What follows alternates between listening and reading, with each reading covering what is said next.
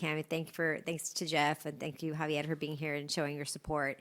I remember well that day in DC, we were in front of the FTA. I think that morning or the day before, we'd heard about the and John Gary, of course, I can't forget. About the funding, and so it was really, and I don't think it's unfair of the FTA to make sure that they're funding and they're investing in a program that is going to work, right? We all need to get along. We need to show the FTA that we're going to get along. We're going to make this happen. So I'm really appreciative of still remember that excitement. It's still kind of a buzz. It's exciting to have that funding. I have a couple of questions. One of them that really intrigues me is the ILA, the betterments, specifically non-transit ones. I remember in that conversation we talked about how important it is to have public transit near affordable housing. Is that a betterment, or could that be included in a non-transit betterment, or? That would be more like transit-oriented development, which would be an independent but related activity. So it wouldn't be part of the project per se, and therefore would not impact the cost benefit. Okay. It would be something that could improve the overall effectiveness of the service and the investment. Okay. And I'm getting maybe a little too into the weeds here. There was a map of what slide was that? There's I guess it was one of the opening slides. This is the set route. This is where it's going to be. These are the stops. Okay. So what I'd like to see, if you don't mind, not today, but I'm sure the committee would like to see, if you can tell us where the affordable housing is along that route, or how it would connect to affordable housing. I think that would be interesting to see. Sure. Also, is there any way to estimate right now the expected ridership on the ART?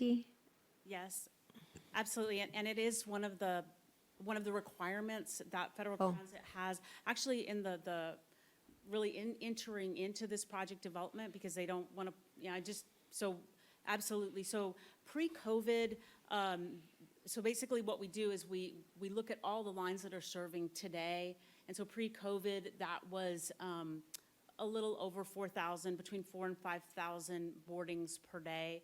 And then what we're expecting for opening day is about 7,000 boardings per day. And then the other estimate that we're required to provide is the outlook. So the 2040 estimate is about 14,000 boardings per day. Okay. Oh, just along that route. Okay.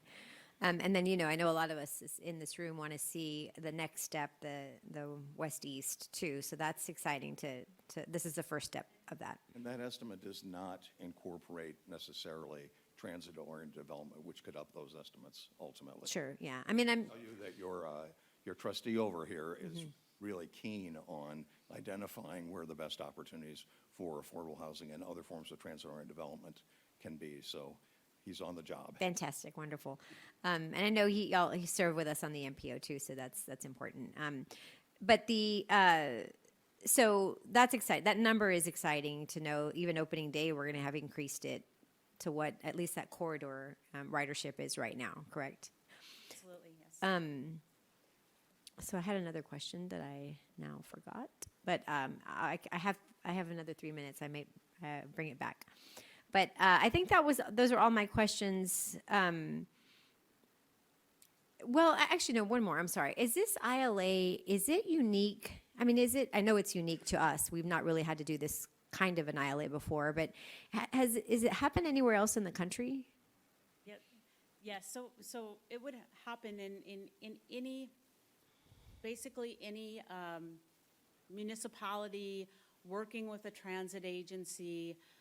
You would have an ILA to basically start your rapid transit service. I mean, among other different things that a transit agency and a city would come together, other projects, but definitely for rapid transit projects, and definitely for those in the Federal Transit Administration program.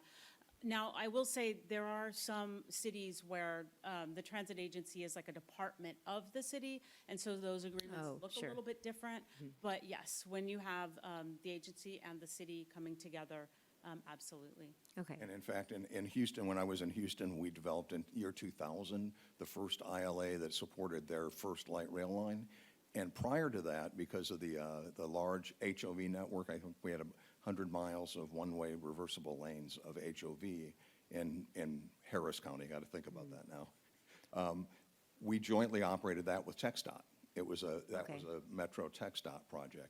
And we had an ILA very similar to what we're talking about here, because they were developing a lane, and then we were operating and patrolling that lane. So they're not unusual at all. So we had sort of a blueprint to know what works and what doesn't work. So that's okay. We didn't have to start from scratch, but okay. I think those were all my questions. Well, before I stop, I mentioned about the airport earlier, that it's one of our best assets and it helps our businesses, it helps our community. VIA is on the same level to me. I really thank you for all of the work that you've done. And I feel like you guys are like those ducks in the water, right? Everybody thinks it's all real cool, but you're underneath the water like this. So I do really appreciate that work on all your team. And I think we see those buses every day, but it costs money to run those. You need more bus operators. I mean, it's a big effort that you do for our entire community, so we thank you.